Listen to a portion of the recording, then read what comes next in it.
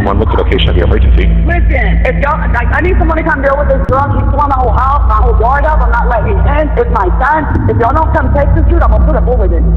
Okay. He's a 300-pound bullet. Hold on. First of all, please When he not make gets this my vehicle, I'm blowing him back out of it. He's breaking everything off my house. What's going on? Come get this drunk. He's tearing my whole house up and trying to knock my windows out. It's my son, but if he makes it to the door, I'm putting a bullet in him. So y'all come deal with him or I will. Man, please don't make this a recorded line. It's trying to get disconnected. 83 and 191. Caller said her son is banging on the door, trying to get in, also banging on the window.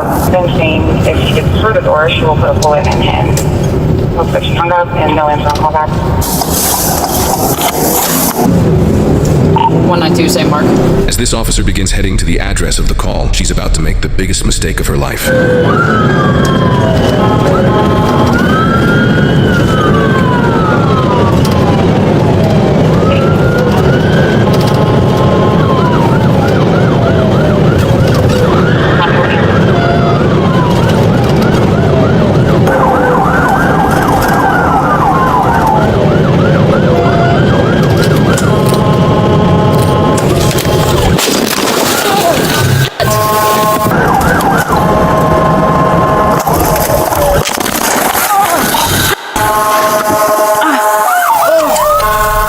The dashcam footage frame by frame shows the officer approaching the red light, one car pulling out in the intersection, followed by the truck. The officer strikes directly into the driver's side compartment. The bodycam footage frame by frame shows the officer using the air horn as she approaches the red light. Then she braces for impact as she collides with the truck, causing her to be thrown in the passenger seat, showing she clearly was not wearing a seatbelt. A speed analysis of the footage using the length of the dashed white lines on the road helps to give an idea of the approximate speed of the officer moments before impact.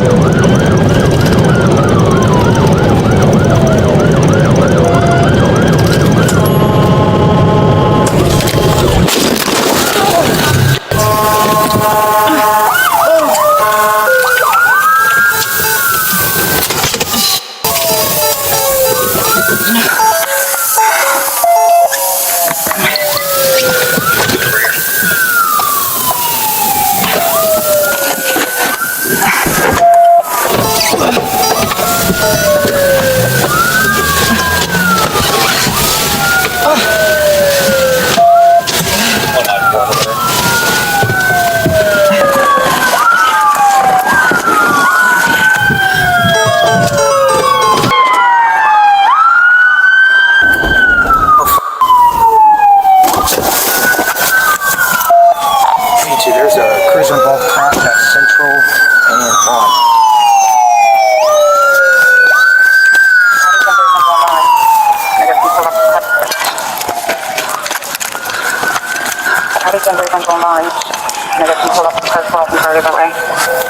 We're gonna need a medic. Is anyone else in your cruiser?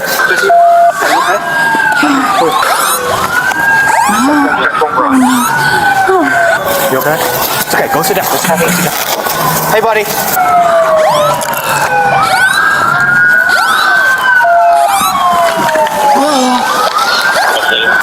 Hey, buddy. Hey, buddy.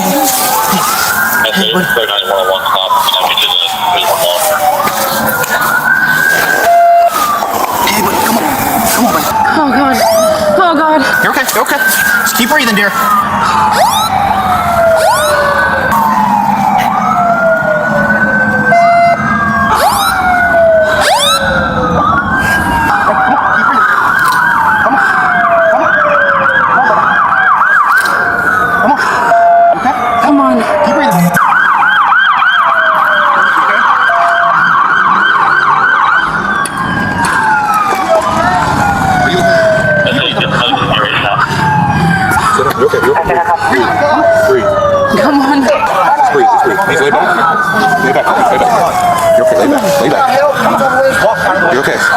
You're okay.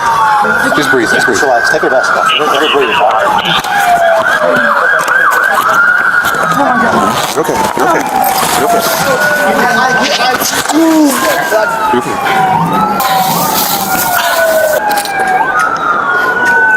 Was this a patient? I don't know. I haven't checked the one block from southbound Central at the alley, and then at Sweden, and... Okay? Keep talking. Keep breathing. Keep breathing. You're okay. Is he okay? Yeah. Don't worry about him. You're okay. You're okay. Sorry about you. Oh, my God. got officers over there. You guys want to lose my No, you're okay. Hey, don't worry about that right now. I need you to keep breathing. Don't worry about that. Turn around. Go. Turn around. Turn around. Yeah, go. Please let him be okay.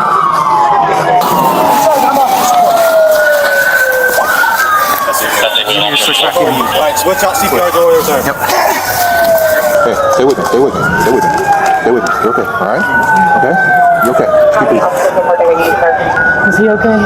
Where are you taking worse at? My hands. I can't really breathe. I mean, I'm talking, I know, but I'm just more worried about him. Can you switch out?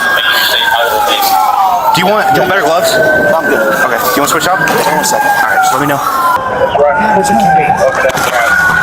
Shut it up. Just so you guys notice, the cruiser bombed traffic.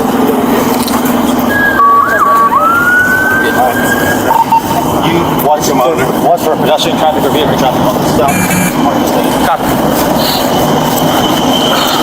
This incident occurred on December 7th, 2025 in Columbus, Ohio. Columbus police officer Caitlin Robinson was the responding officer involved in the crash. The driver of the white pickup truck, 30-year-old Corey Tinnis, was rushed to the hospital in critical condition following the collision. However, less than 30 minutes later, he was pronounced dead at the hospital. Officer Robinson was also transported to a hospital, received treatment, and was later released in stable condition. An analysis of the dash cam footage reveals the approximate maximum speed of the officer during her response.